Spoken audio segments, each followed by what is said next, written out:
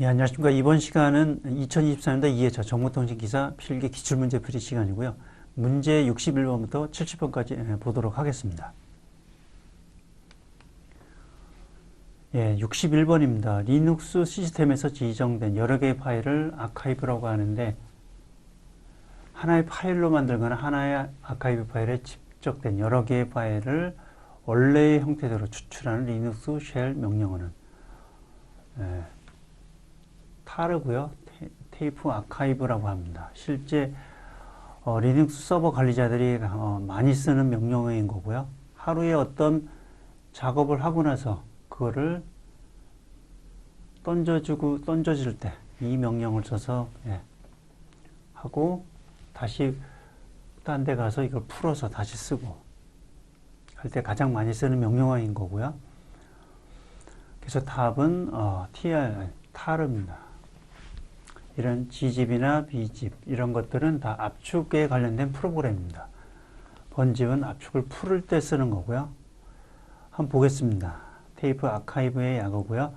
하나의 파일로 묶을 때 주로 사용합니다. 이렇게 해서 오늘 한 작업을 묶어서 보낼 때 가장 많이 쓰고 있는 방식입니다.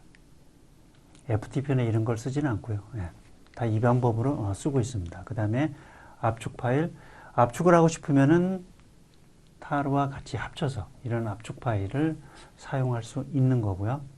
압축을 풀을 때는 이런 번집을 쓰면 되겠습니다. 실제 리눅스 서버 관리자를 했을 때 가장 키워드를 보면 이런 거를 실무적으로 많이 쓴다는 얘기를 했었고요. 이런 명령어를 많이 쓴다고 했습니다.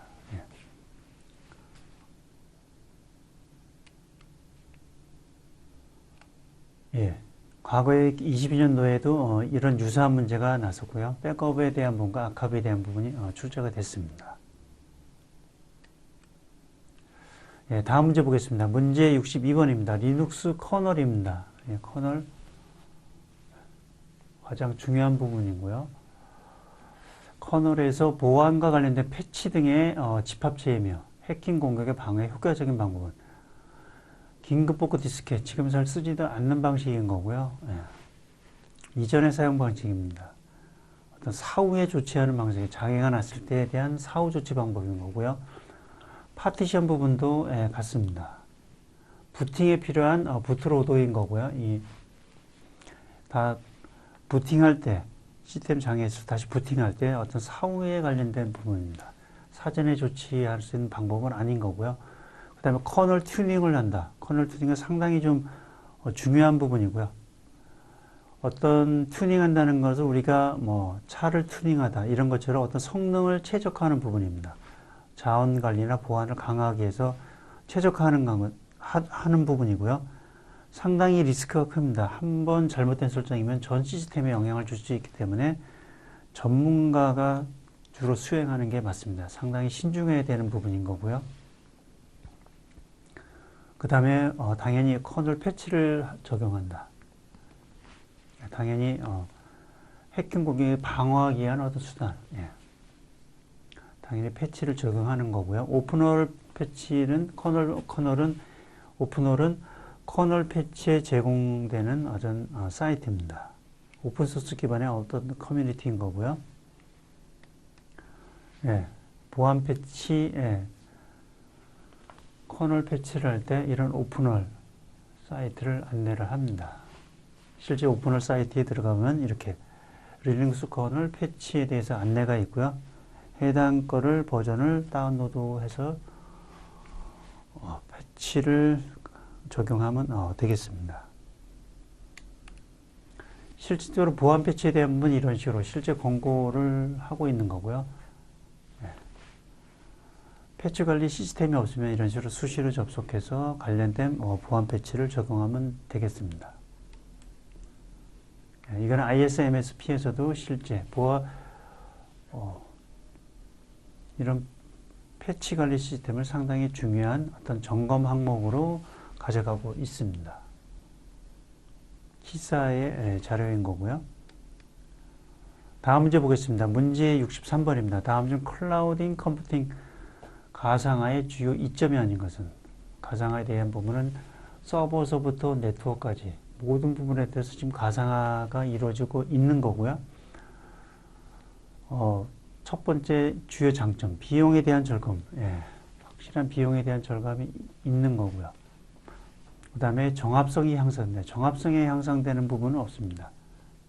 정합성이라는 것은 어떤 테이블을 뭐 1에서 2로 변경을 했을 때 고객의 정보가 변경되지 않았다면 같이 변경이 돼야 되는데 변경되지 않았다면 서로 값이 불일치하겠죠. 이런 것들이 정합성이 훼손되었다고 하는 겁니다. 클라우드로 컴퓨팅을 가상화로 했다가 정합성이 향상되지는 않습니다. 그다음에 효율성, 생산성이 향상된다. 재복구 상황에서 다운타임이 감소된다. 이런 재복구 시스템이 있다고 하면은 탄력성이 향상된다. 예, 답은 2번인 거고요. 일반적으로 아마존에 들어가 보면 이렇게 클라우드 컴퓨팅에 대한 부분이 설명이 되어 있습니다.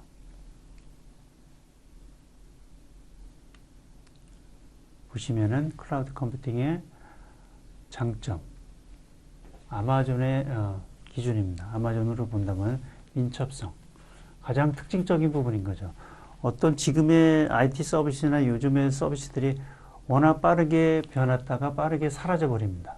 그 시기에 맞춰서 시스템을 구축하려고 하면 기존의 시스템은 3개월, 6개월, 큰 프로젝트는 1년이 걸 수도 있는 거죠.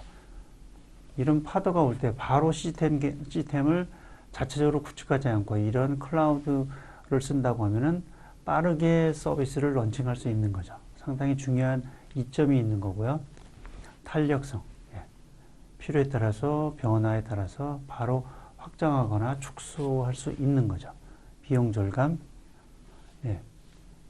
초기의 비용이 절감될 수가 있겠습니다. 그 다음에 전 세계로 배포될 수 있다. 한 번에 클라우드 사업자를 이용하면 전 세계로 다 활용할 수 있겠습니다. 단점도 있습니다. 클라우드는 특정 업체에 종속될 수가 있습니다.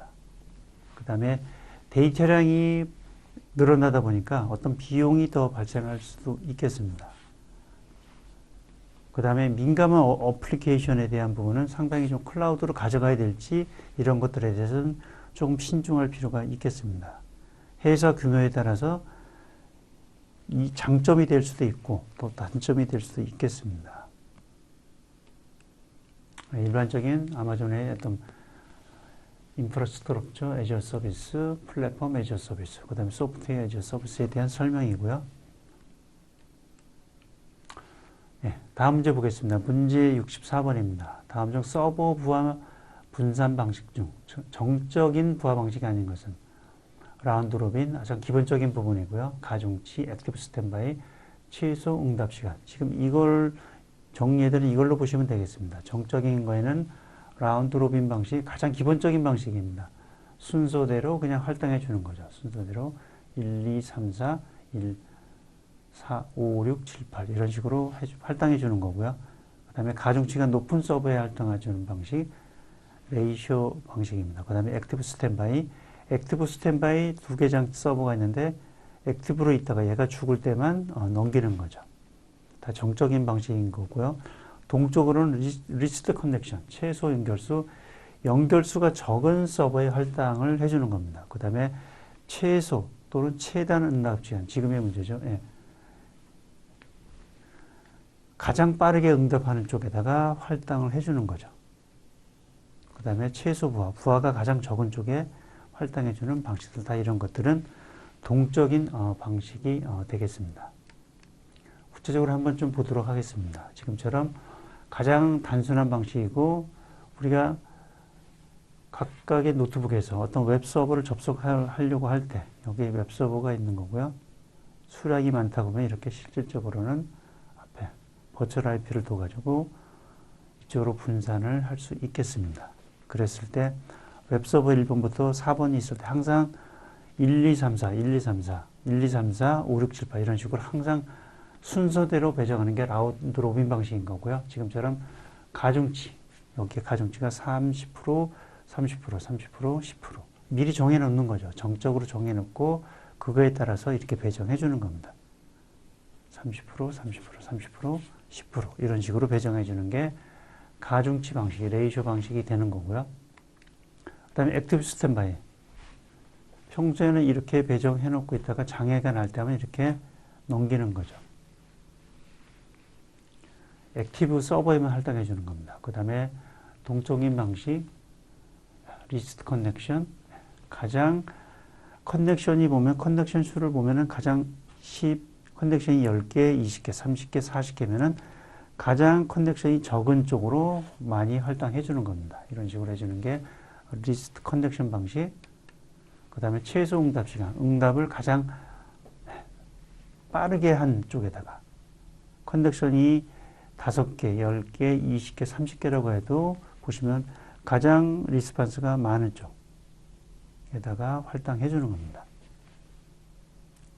10개 중에 5개니까 얘네들은 5개는 뭔가 쓰고 있었다고 볼 수 있는 거죠. 어떻든 간에 가장 빠르게 응답하는 쪽에 가장 많이 배정해 주는 방식이 되겠습니다. 그 다음에 부하를 봤을 때 부하를 기준으로 합니다. 부하가 10%, 20%, 30%, 40%면은 부하가 많은 쪽에는 배정 안 해주고 부하가 적은 쪽에다 많이 할당을 해주는 방식이 되겠습니다.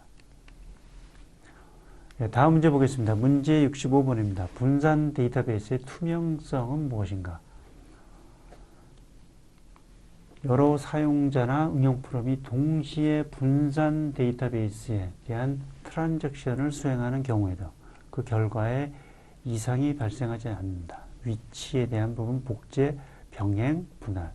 트랜잭션이라는 것은 어떤 데이터베이스에서의 상태를 변화시키는 겁니다. 변화시키기 위한 어떤 작업의 단위를 말하는 거고요.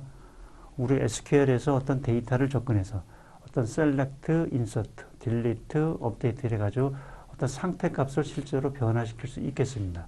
근데 지금의 문제는 이런 것들이 분산형 기반에서 했을 때 트랜잭션을 수행할 때 그 결과에 이상이 발생하지 않는다. 그러면 지금에 보면 병행의 분산이니까 병행에 대한 투명성으로 우리가 볼 수 있겠습니다. 관련된 자료를 좀 더 보도록 하겠습니다. 예. 우리가 분산의 데이터베이스를 볼 때 지금의 인터넷은 너무나 복잡하게 되어 있다는 것을 보여주기 위해서 잠깐 그림을 보여드린 거고요. 어떤 서비스, 클라우드 기반의 서비스를 할 때 보면은 어떤 어플리케이션을 하나 구동을 할 때 전 세계에 다 들어가 있는 거죠. 내가 보낸 데이터가 어디에 있는지 잘 확인하기가 어렵습니다. 이 네트워크도 그렇고 어플리케이션도 전 세계에 분산되어 있다 보니까 상당히 복잡하게 돼 있다. 클라우드 기반이다 보니까 너무 복잡하게 돼 있다는 것을 보여준 거고요. 지금 그런 세상이 있습니다. 실질적으로 그런 분산된 데이터베이스가 논리적으로는 하나의 시스템에 속해 있지만 물리적으로는 전 세계에 다 연결되어 있는 거죠. 글로벌한 클라우드 서비스를 이용해서 어떤 어플리케이션을 쓰려고 할 때 그렇게 어플리케이션 들어가면 그 어플리케이션 실제 어디에 있는지 어느 나라에 있는지 잘 확인하기 실제 어렵습니다. 분산 데이터의 목표, 위치에 대한 투명성, 중복에 대한 투명성, 병행에 대한 투명성, 장애에 대한 투명성의 목표인 거죠. 네. 위치에 대한 투명성, 실제 위치를 알 필요가 없이 어떤 논리적인 명칭만으로 액세스할 수 있는 게 위치에 대한 투명성인 거고요. 어떤 데이터베이스가 중복이 되어 있다고 하더라도 마치 하나의 데이터만 존재하는 것처럼 그렇게 자동으로 자료에 대한 작업이 수행이 되는 겁니다. 그러니까 중복에 대한 투명성, 병행에 대한 투명성, 동시에 트랜잭션이 있을 때 지금의 문제입니다. 병행에 대한 투명성입니다. 영향을 받지 않는다. 그 다음에 장애에 대한 투명성. 트랜잭션 DBM에서 네트워크 컴퓨터 장애도 실제 트랜잭션을 정확히 처리하는 것을 장애에 대한 투명성입니다. 그게 현재 실질적으로 목표일 뿐인 거고요. 실질적으로 그 장애의 원인을 밝히는 건 상당히 쉽지가 않습니다. 지금처럼 그 네트워크 이렇게 복잡하고 어플리케이션 하나가 돼도 미국에 있는지 일본에 있는지 내 데이터가 어디 있는지를 확인하기가 실제 쉽지가 않습니다. 그런 거에 대한 부분이고요. 다음 문제 보겠습니다. 문제 66번입니다. 다음 중 통합관제센터 구축 이후 진행되는 성능시험입니다. 각 시나 도, 시나 별로 이런 각각의 통합관제센터가 있습니다. 이런 통합관제센터가 있는 거고요. 그 관제센터에서 시공 단계에서 성능시험에 대한 부분이 있습니다. 그 내용을 보면은 단위 기능시험, 통합시험, 실환경 시험이 있고요. BMT는 해당 사항이 없습니다. 이거는 장비에 대한 어떤 안정성에 대한 거를 검증해 주는 거고요. 인증기관에서 수행을 합니다. 한번 내용을 보겠습니다. 자, 일반적으로 통합관제센터에 대한 구축에 대한 가이드라인, 행안부 자료를 보겠습니다. 그러면 계획 단계, 설계 단계, 구축 단계, 운영 단계 보시면은 쭉 구축을 하는 단계에 시험 단계가 있습니다. 시험을 하고 나서 준공을 하는 거고요. 예, 그 시험 단계의 내용입니다. 구체적으로 보면은 통합관제센터의 그 단위별로 기능 시험을 하는 거고요. 그 다음에 전체적으로 통합 시험을 합니다. 엔드투엔드까지 하고 그 다음에 실환경 시험을 합니다. 이렇게 세 가지 시험이 있는 거고요. 그 다음에 BMT가 답이 아닌 겁니다. BMT는 지금 TTA 기준을 보시면은 국내 표준 기관이죠. 이런 BMT가 TTA에서는 이런 BMT에 대한 부분을 실제 수행을 합니다. 그래서 인증기관에서 수행을 한다. TTA 같은 어떤 인증기관에서 수행한다. 이렇게 보시면 되겠습니다. 관련된 TTA 어떤 BMT에 대한 내용들이고요.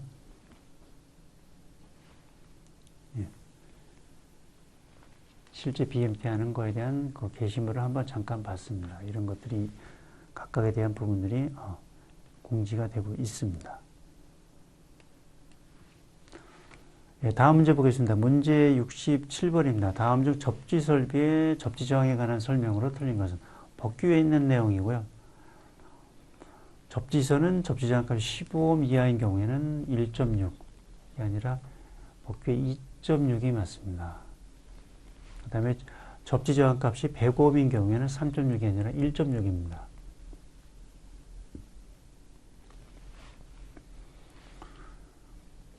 절연 효과가 있는 전선을 사용한다. 1번이 틀린 것에 대한 답이고요. 두 번째입니다. 광 접속 등과 같이 내부적 전기적 접속이 없는 경우에는 접지를 아니할 수 있다. 광은 전기적인 어떤 그런 부분이 발생하지 않습니다. 세 번째,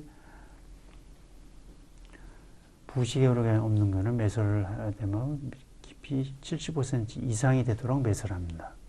전도성이 없는 인장선을 사용하는 감소형 케이블의 경우 접지를 아니할 수 있다. 맞는 얘기고요. 1번이 틀린 것에 대한 답입니다. 실무적으로 많이 보는 접지설비, 군해통신설비, 선로설비, 통신공동구 등에 관한 기술 기준입니다. 상당히 실무적으로 많이 보고 있는 자료고요. 제5조에서 문제를 한 겁니다. 보시면은 지금 동그라미 4번입니다. 이 부분을 다 문제한 거고요. 15옴일 경우에는 2.6mm, 100옴의 경우에는 1.6mm로 되어 있습니다. 이 부분을 숫자를 바꿔서 문제를 한 겁니다.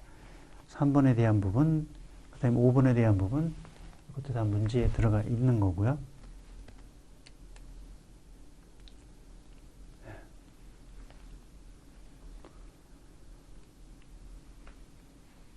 관련된 접지정에 관련된 자료입니다. 기존에 수업 때 했던 자료를 잠깐 보여드린 겁니다. 다음 문제 보겠습니다. 문제 68번입니다. 다음 중 건물의 통신설비는 중간단장 Intermediate Distribution 프레임입니다. 프레임에 대한 설명, 중간단자함에 대한 설명으로 틀린 것은 층단자하면서 각 인출구까지는 성형배선으로 한다. 일반적으로 성형배선을 합니다. 단자하면서 각 인출구까지는 성형배선을 하게 되어 있고요. 국선 단자함과 층 단자함 용도가 상이하다. 용도가 다른 거고요. 맞습니다. 국선은 메인 쪽에 있는 부분이고 층 단자함은 어떤 각 층별로 층에 대한 부분만을 관리해주는 단자함인 거죠. 세 번째, 구내 교환기를 설치하는 경우에는 층 단자함을 수용한다. 이쪽 층 단자함을 수용하지는 않습니다. 그러면 일반적으로 메인 쪽에다 집중군의 통신실에 군의 교환기를 설치합니다. 군의 교환기, IP, PBX 이런 것들을 설치하는 거죠. 선로의 분기비 접속을 위해 필요한 곳에 설치한다. 예, 맞습니다. 관련된 자료를 보도록 하겠습니다. 보시면은 아파트 공동주택입니다. 공동주택에 보면 아파트 주민센터에 이런 MDF실, 집중군의 통신실이 있는 거고요. 거기에 국선단자함이 있습니다. 그 다음에 각 동의입니다. 각 동의에 보면 동단자함이 있는 거고요. 지하에도 설치하게 하기도 하고 1층에도 설치하기도 합니다. 그 다음에 각 층별로 층단자함이 있습니다.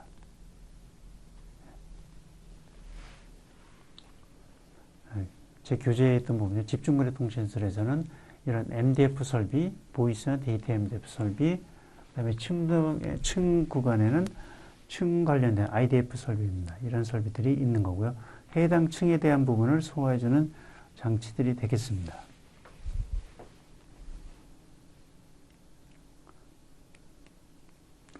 보시면은 접지 설비에 관련된 기술 기준에 있는 내용입니다. 지금의 문제 층 단자함 보면 용어의 정의에 보면 층 단자함은 건물 간선 케이블은 수평 케이블에 케이블을 종단하며 상호 연결하는 통신용 분배함입니다. 법적 정의인 거고요. 그 다음에 세대 내 성형 배선입니다. 아까 보시면은 단자함에서부터 각 인출구로 직접 배선되는 방식입니다. 기본적으로 성형 배선을 기본으로 하고 있습니다. 실제 시공도 다 성형으로 배선하고요. 그 다음에 수평 배선계의 배관은 배선이라고 되어 있지는 않지만 배관이 성형 구조 또는 성형 배선이 가능한 구조다 보니까 지금의 문제 배선에 대한 부분으로 표현했지만은 맞다고 볼 수 있겠습니다. 법에는 층단자함에서 각 인출까지는 성형 배선 방식으로 한다. 맞게 볼 수 있겠습니다. 배관이 성형 배선이니까 배선도 그 배관을 이용하니까 성형 배선이 되는 거고요.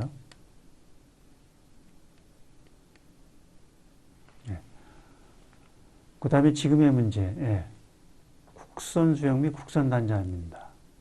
주배선반 같은 국선 단자함인 거고요. 집중군의 통신실, MDF실 이런 쪽에 설치되는 거고요. 군의 교환기를 설치하는 경우는 주배선반, 국선 단자함에 수용합니다. 아까처럼 아파트의 집중군의 통신실, 거기에 설치하는 게 일반적인 거죠. 아까처럼 층 배선반, IDF실에다 설치하지는 않습니다. 중간 단자함에 대한 부분인 거요. 선로의 분기 접속, 중간 단자함에 대한 부분 필요한 곳에 설치한다. 지금 아까 문제에 있었던 거고요. 20년도에 기출 문제가 있었습니다. 실기에 있었고요. 군의 간선계, 건물 간선계에 대한 부분이었습니다. 아까 그 자료들이 군의 간선계는 아까처럼 아파트 메인 집중군의 통신 MDF실에서부터 각 동단자함까지가 군의 간선계인 거고요. 건물 간선계는 동단자함에서 각 층단자함까지, 동단자함에서 층단자함까지가 일반적으로 건물 간선계로 구분해 보시면 되겠습니다. 이렇게 나홀로 아파트인 경우에는 이렇게 군의 간선계는 없겠죠. 그때 설명했던 자료들인 거고요. 이거는 초고속 정보통신 건물 인증에 보면 이런 용어의 정의가 있습니다. 그거를 문제한 거고요. 일반적으로 메인 집중군의 통신실 이런 쪽에 이런 메인 되는 장비들이 설치가 됩니다. 아까처럼 군의 교환기도 이런 단에 설치가 되는 거고요. 다음 문제 보겠습니다. 문제 69번입니다. 다음 중 건물의 화재 감지 방식 중 연기가 빛을 차단하거나 반사하는 원리를 이용한 연기 감지 센서는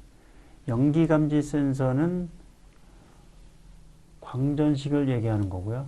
관련된 자료를 보도록 하겠습니다. 일반적으로 화재 감지기입니다. 화재 감지기는 크게 보면 두 가지로 구분합니다. 첫 번째, 연기를 감지해서 화재를 알려주는 방식, 그 다음에 열을 감지해서 알려주는 방식. 크게 두 가지로 구분하는 거고요.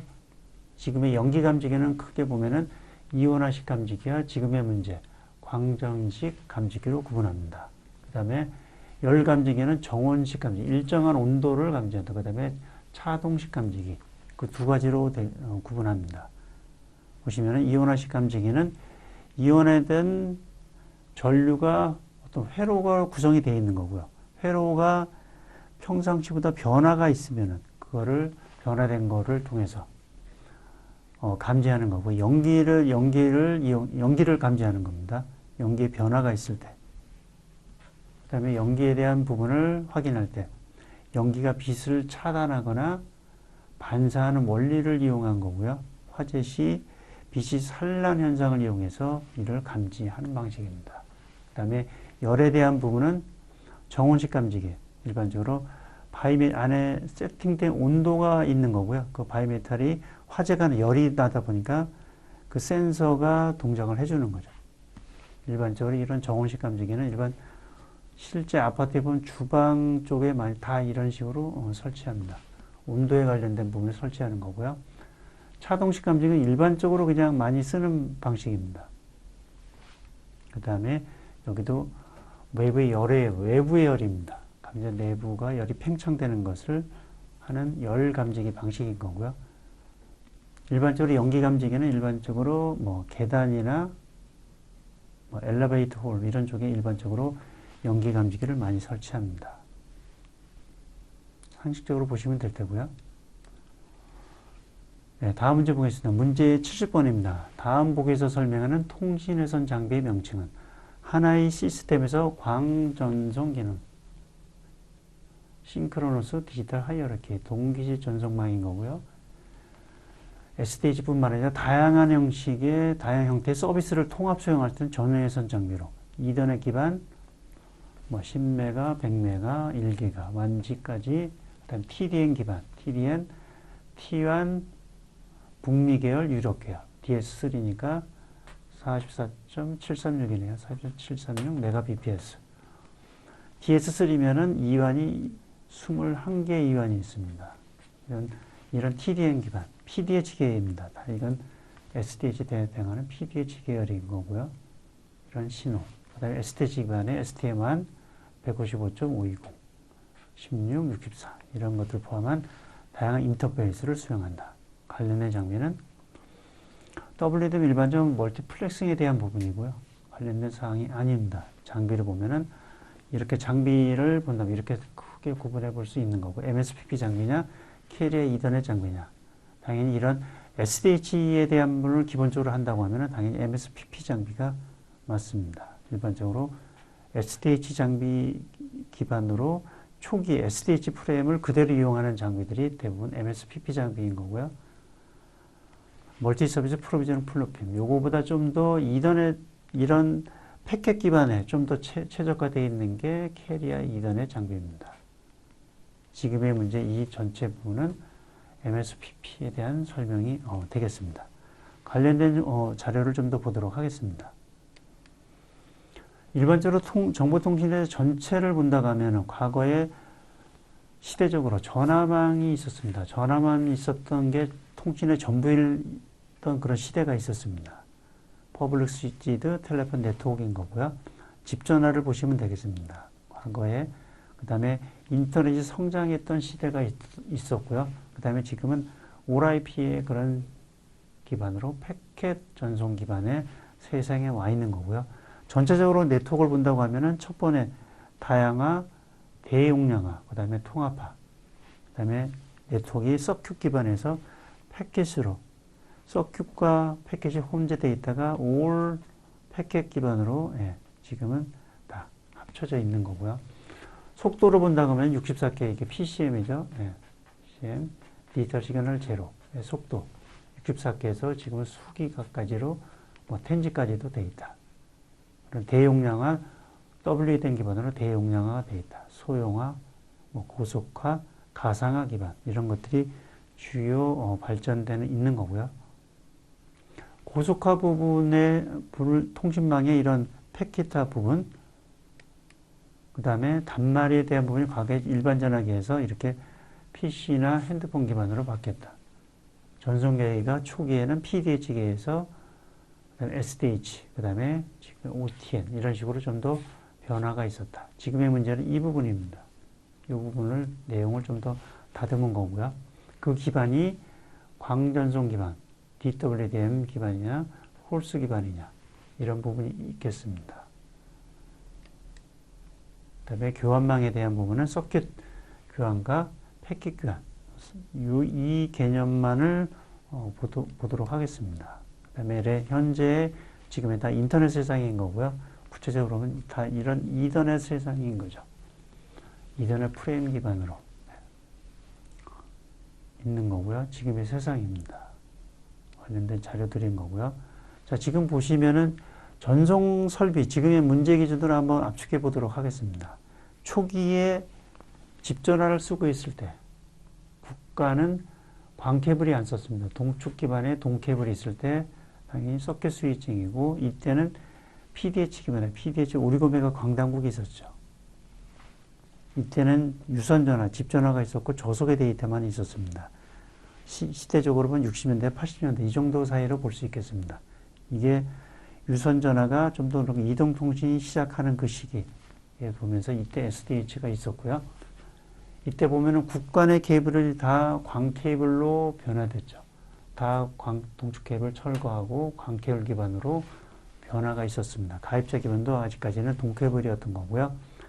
그때 다 PDH 광당국이 다 동일한 565메가가 622메가 광당국으로 동기식 광당국으로 다 변화가 되겠죠. 지금 이거는 프레지오크런스 유사 또는 비동기식 광당국이었습니다. 다 철거가 된 거고요. 그러고 나서 지금의 문제입니다. 그러고 나서 여기서 좀 더 변화가 있을 때 이때 가입자 구간은 광케이블의 속도가 좀 더 늘어나는 부분이고요. 이때부터 인터넷은 시작이 됐었죠. 근데 인터넷이 좀 더 발전하던 시대가 있었습니다. 그랬을 때는 이전까지는 서킷 스위칭인데 서킷 스위칭과 패킷 스위칭이 같이 되는 시대가 있었습니다. 그때가 보시면은 이동통신 한 3G 정도로 보시면 되겠습니다. 그때 썼던 장비가 지금의 문제입니다. 그때 썼던 광전송 설비 장비, 그게 MSPP 장비 기본인 거고요.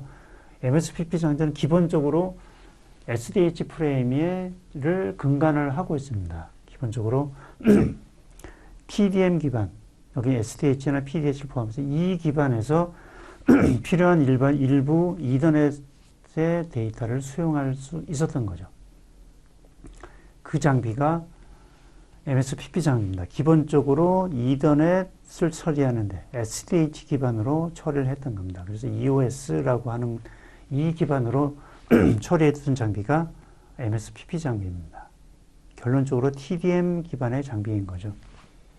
그러다 보니까 점점 데이터가 늘어나다 보니까 완전히 인터넷 세상이 되면서 모든 데이터들이 인터넷 기반으로 바뀌면서 그러면 그 장비 자체도 기존에도 이더넷은 있었죠.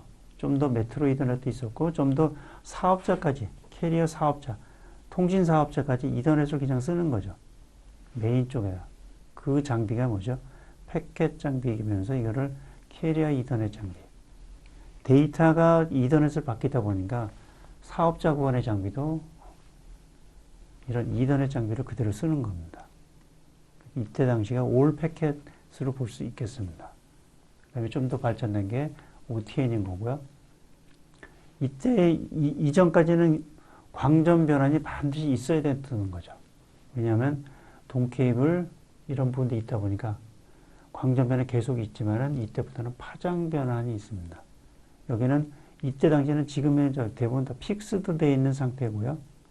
기반이 요거는 리컨피그러블 좀 더 변화시킬 수 있는 그런 파장 기반입니다. 그게 OTN인 거고요. 그래서 지금의 전송 장비를 정리해 본다고 MSPP와 캐리어 이더넷을 비교한다고 하면은 기본적으로 MSPP 장비는 SDH 기반의 TDM 기반에 최적화되어 있다. 이게 키워드입니다. 정적인 트래픽에 최적화되어 있는 부분이고요. 이쪽은 ORIP 네트워크 패켓 기반입니다. ORIP에서 패켓 기반이 키워드인 거고요. 결국 이더넷 프레임을 그대로 보낸다. 이렇게 보시면 되겠습니다. 패켓을 변환없이 그대로 메인 전송망에도 패켓 기반으로 변화주는 거죠. 그래서 약간 정적인 거, 약간 가변적인 패켓에 적합합니다. 이더넷 프레임이 기본적으로 보시면은 이더넷 프레임이 변하게 되어 있죠. 최소 프레임 64에서부터 64바이트에서 1518까지. 데이터의 양에 따라서 플렉시블하게 변하게 되어 있습니다. 이더넷 프레임이 기본적으로 변하는 거죠. 비동기 다중화 부분이고 통계적 다중화 기술이 적용되어 있습니다. MSPP 아까처럼 모든 이더넷도 그냥 SDH 기반으로 그냥 보내는 방식입니다. 결국 MSPP는 SDH 기반의 어떤 광전송 장치다. 이렇게 보시면 되겠습니다. 캐리어 이더넷은 패켓 기반의 광전송 장치다. 이렇게 보시면 되겠고요. 캐리어 이더넷은 보면 용어가 같은 말인데 PTS, PTN, MPLS, TP, PBBT 이런 것도 다 용어가 다 뭐다? 캐리어 이더넷으로 통칭합니다. 사업자나 벤더별로 약간 용어가 다른 거고요. 예, 좀 더 본다고 하면은 기본적인 이더넷과 MSPP 장비, 이더넷하고 SDH 키워드입니다. 이런 PD전 SDH 기반에 되어 있는 장비가 MSPP 장비인 거고요. 이 두 가지가 캐리어 이더넷 장비입니다. 주요 대사는 현재는 이쪽으로 진행하고 있는 거고요. 올 패켓 기반의 장비다. 이렇게 보시면 되겠습니다. MSPP 항상 나오는 부분 SDH 기반이다. 항상 이더넷을 SDH 기반으로 전달한다. 링 기반으로 구성되어 있다. RPR인 거고요. 이런 식으로 MSPP를 할 때 이런 링 기반으로 보시면은 다 신호가 오면 PDH 신호, 그 다음에 STM, SDH 신호, 그 다음에 이더넷 수용을 해줍니다. 근데 이거를 이더넷을 처리할 때 SDH 기반으로 처리를 해줍니다. 그게 MSPP 장비인 거고요. 캐리어 이더넷에 대한 부분, 지금의 추세는 MPLS TP가 좀 주도를 하고 있습니다. 이쪽 부분이 주도를 하고 있다. 그렇게만 보시면 되겠습니다. 밴더별로 약간 용어가 차이가 있고요. 결국은 MPLS TP 기반으로 캐리어 이더넷이 발전하고 있다. 그 정도만 보시면 되겠습니다. 이런 캐리어 이더넷 발전되면서 그 다음에 단 것이 OTN입니다. OTN의 프레임을 보시면은 ODU4를 보시면 한 개의 신호가 100기가를 제공하면서 엄청난 속도를 제공할 수 있는 거죠. OTN의 프레임이 워낙 큰 거죠. 프레임이 크다 보니까 100기가까지 한 번에 보낼 수 있습니다. 한 신호 자체가 100기가입니다. 기본은 광 케이블 기반이고 광 케이블이 워낙 안정되어 있다 보니까 이런 엄청난 큰 사이즈도 에러가 없이 보낼 수 있게 된 거죠. 그 근거는 광 케이블 때문인 거죠. 지금의 이런 픽스되어 있는 상태로 애드 드롭이 어떤 정해진 상태에서만 픽스되어 있다고 하면은 지금처럼 컨피거러블한 그런 거로 애드 드롭이 어느 단에서도 다 일어날 수 있는 이런 것들이 좀 더 OTN의 어떤 기본적인 부분이 되겠습니다. 실제 OTN에 관련된 장비들 보시면은 ODU4 이게 아까 100기가죠. 속도가 보면 거의 다 테라 장비입니다. 3.8, 3.6테라, 12.8테라. 다 테라급의 장비가 OTN의 주요 장치인 거고요. 좀 더 보면 광 케이블 밴더, 그 다음에 라우터 기반의 밴더들이 OTN의 장비 부분에 좀 들어가 있는 거고요. 관련된 참조적으로 보면 다 이런 테라급의 장비, 테라급의 용량을 갖고 있다. 예. 그 정도만 보시면 되겠습니다. 국내도 애터리도 이런 국내 사업자랑 해서 이런 3.2테라 정도를 관련된 OTA 장비를 개발하고 있다. 그렇게 보시면 되겠습니다. 자, 이상으로 해서 설명을 마치도록 하겠습니다. 예, 수고하셨습니다.